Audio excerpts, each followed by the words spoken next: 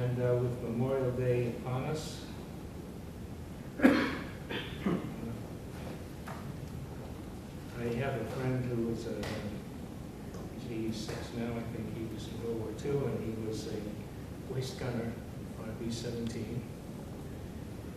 The B-17 had two machine gun positions between the wing and the tail, and they were manned by two gunners, machine gunners, basically back to back, very tight space. And let me read the introduction to this. This poem is a tribute to Bud Medwig, an 85-year-old friend who still earns part of his living by climbing in Stony Brook Harbor. It began when a friend told him that I had used my computer to restore one of his old and badly damaged photographs. Bud Medwig flew 30 missions in a B-17 bomber in World War II. There are two machine gun positions in the so-called waist of the plane, midway between the wing and the tail, manned by two men standing almost back-to-back called waist gunners. Since B-17s did not have a pressurized cabin, waist gunners stood with oxygen masks in fleece-lined leather suits by open windows, where the outside temperature at 20,000 feet was 30 degrees below zero.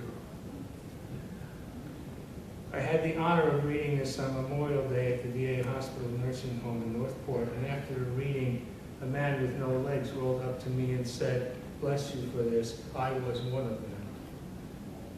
He pulled an old photograph of himself in his leather suit from his wallet and asked the nurse to make a copy for me, which is now one of my most treasured possessions.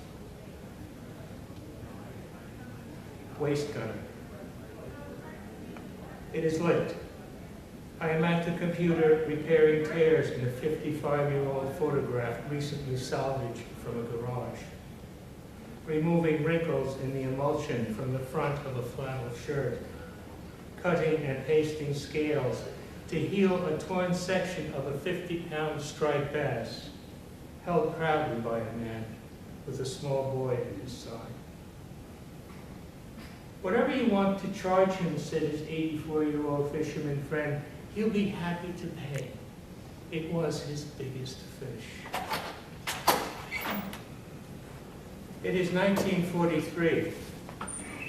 The sirens are wailing in the streets. It is yet another. I sit huddled beneath my kindergarten desk, the brace on my leg sticking awkwardly into the aisle, the rest of me head down, right knee clutched to chest, the position civil defense said would be best if the bombs began falling. While in the skies beyond the Atlantic, 4 miles high, a would-be fisherman, Bud Medwig, is standing back to back with his fellow waist gunner in the narrow aisle of a B-17, a pile of spent cartridges at his feet, his 30th mission over enemy territory.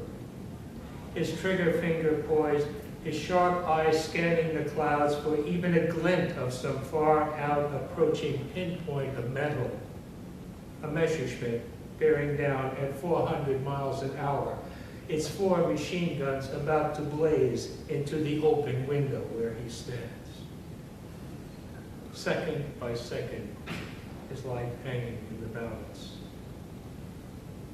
And now, 62 years gone by, the words, "whatever you want to charge him," hang meaningless in the air. Even at the thought, my eyes well up. This work cannot be for sale at any price.